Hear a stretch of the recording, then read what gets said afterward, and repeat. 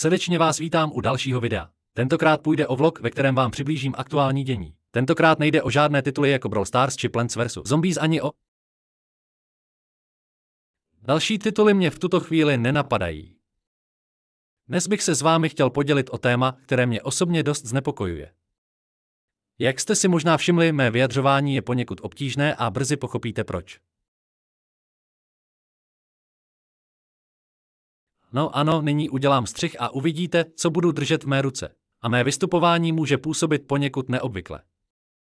Co to vlastně znamená? Co to může být? Co to může být? Co jiného než? Rovnátka. Nosím rovnátka.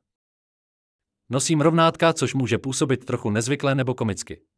Do školy je již nebudu nosit, což mě velmi těší, neboť s rovnátky by bylo školní prostředí pro mě značně nepohodlné.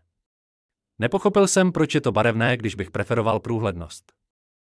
Co mohu v této situaci udělat? No, skutečně je to barevné.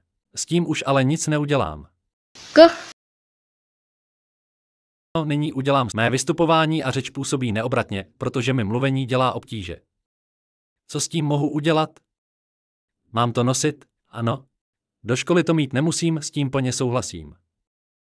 Noční nošení je nezbytné, což jsem očekával a přijímám to. Při jídle to nosit nemusím.